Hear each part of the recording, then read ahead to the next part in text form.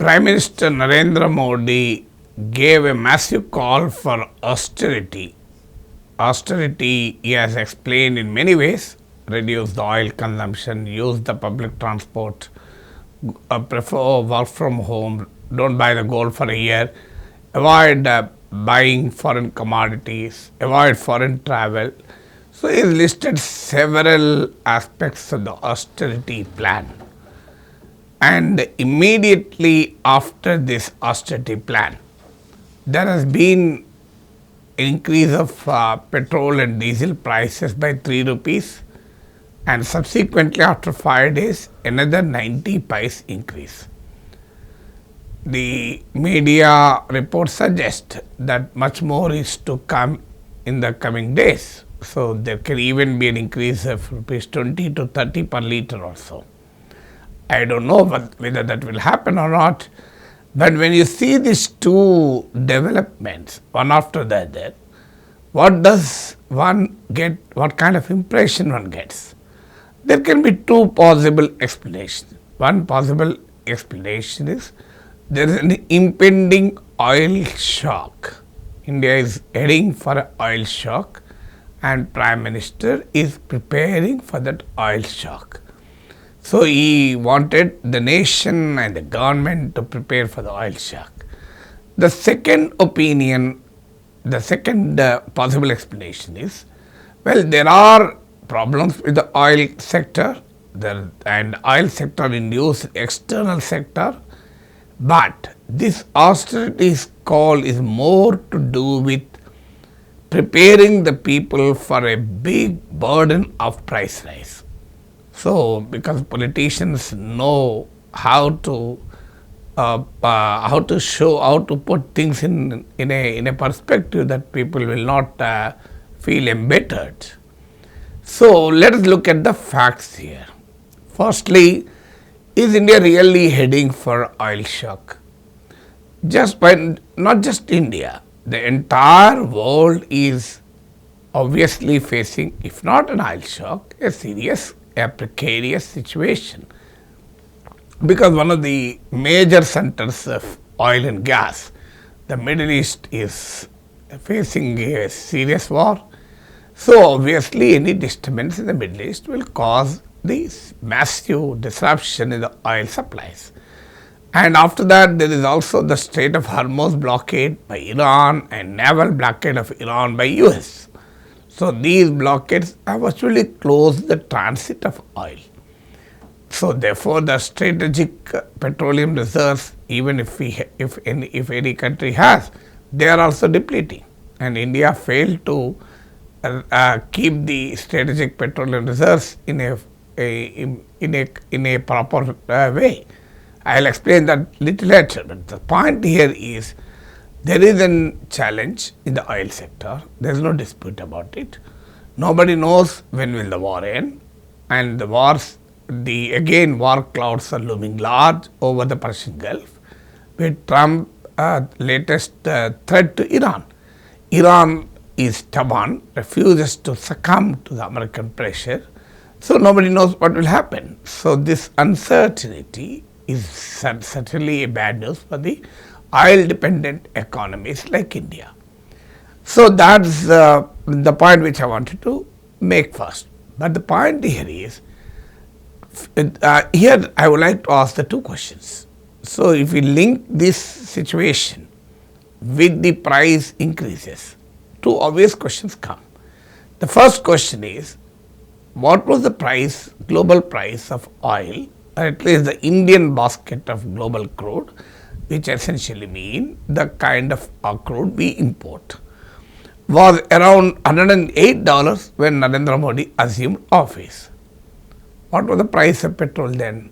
Hardly 72 rupees. Today, what is the price of global oil Indian basket? Almost the same, but the price is 110 rupees.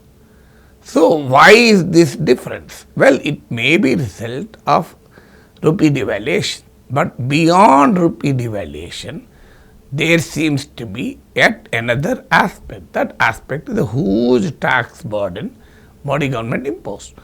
Well, now it is $105 and $10. But before February 28, the launch of US-Israel war on Iran, it was only $70 per barrel. And throughout this period of 12 years of Modi regime, there were periods of very low oil prices also. The question here comes is, it is not just to blame on the external conditions, it is also something to do with the government policies. I'll tell you another dimension. So in 2014, India imported 77.6% of its oil requirement. Today, India is importing 88.6% of oil requirements. Well, the oil consumption has certainly increased because Indian economy is energy intensive economy. We pursue an energy intensive lifestyle. Well, dollar has devalued, notwithstanding accounting all these factors also. The import dependency, the rise, 10% increase in import dependency is something to be questioned. Why is something to be questioned? Where was the government planning for greater exploration and production when the oil consumption is increasing at such a rapid pace? Then there is also strategic petroleum reserves. What do you mean by strategic petroleum reserves? Strategic petroleum reserves, this concept exists in the world. Many countries, including China, USA, keeps the reserves, oil reserves. It is like storing water in reservoirs and using them whenever there is a crisis. So therefore, the international benchmark standards is every country should maintain at least 90 days of buffer stocks. But India today has hardly 7 days worth import, 7 days of requirements. So which means if we don't get oil, we can't import oil, the existing oil reserves will suffice for only 7 days. So that is the question. Why did the government of India, why did Modi government expand the capacity of the strategic petroleum reserves and increase or at least completely fill the existing reserves?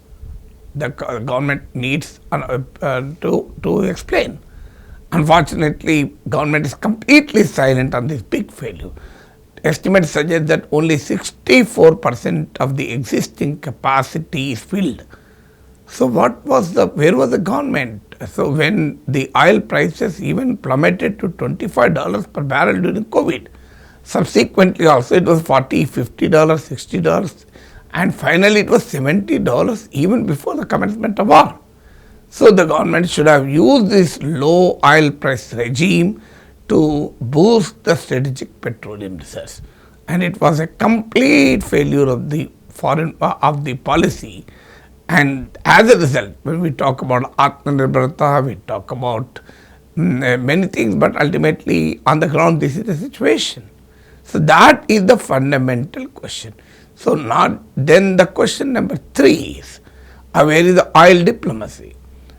We have to ensure not just the lower price of the oil, we should also ensure the uninterrupted oil supplies also. To ensure uninterrupted assured energy supplies, we need a greater amount of oil diplomacy. We have to forge long-term contracts, we have to be a loyal customer, then only the oil producing nation will believe you. But contrary to this, due to the vacillation in India's foreign policy, we have seen what happened with the Iranian oil. At one point in time, we were buying 10% of our requirements from Iran. But succumbing to the trans pressure, we have completely stopped that. And today, why will Iran believe you? And we have stopped buying oil from Venezuela due to American pressure. We have acted to the tune of Donald Trump on importing Russian oil. It is for some time we resisted, but on the eve of trade deal, finalizing the US-India trade deal, Indian government again succumbed to the Trump's pressure and stopped buying the Russian, started reducing the Russian oil supplies. So such vacillation in the foreign policy position will seriously impair our oil diplomacy. So these are all the factors that could have averted the oil shock. But unfortunately, the proper planning was missing, And that burden is to be borne by the people of India today.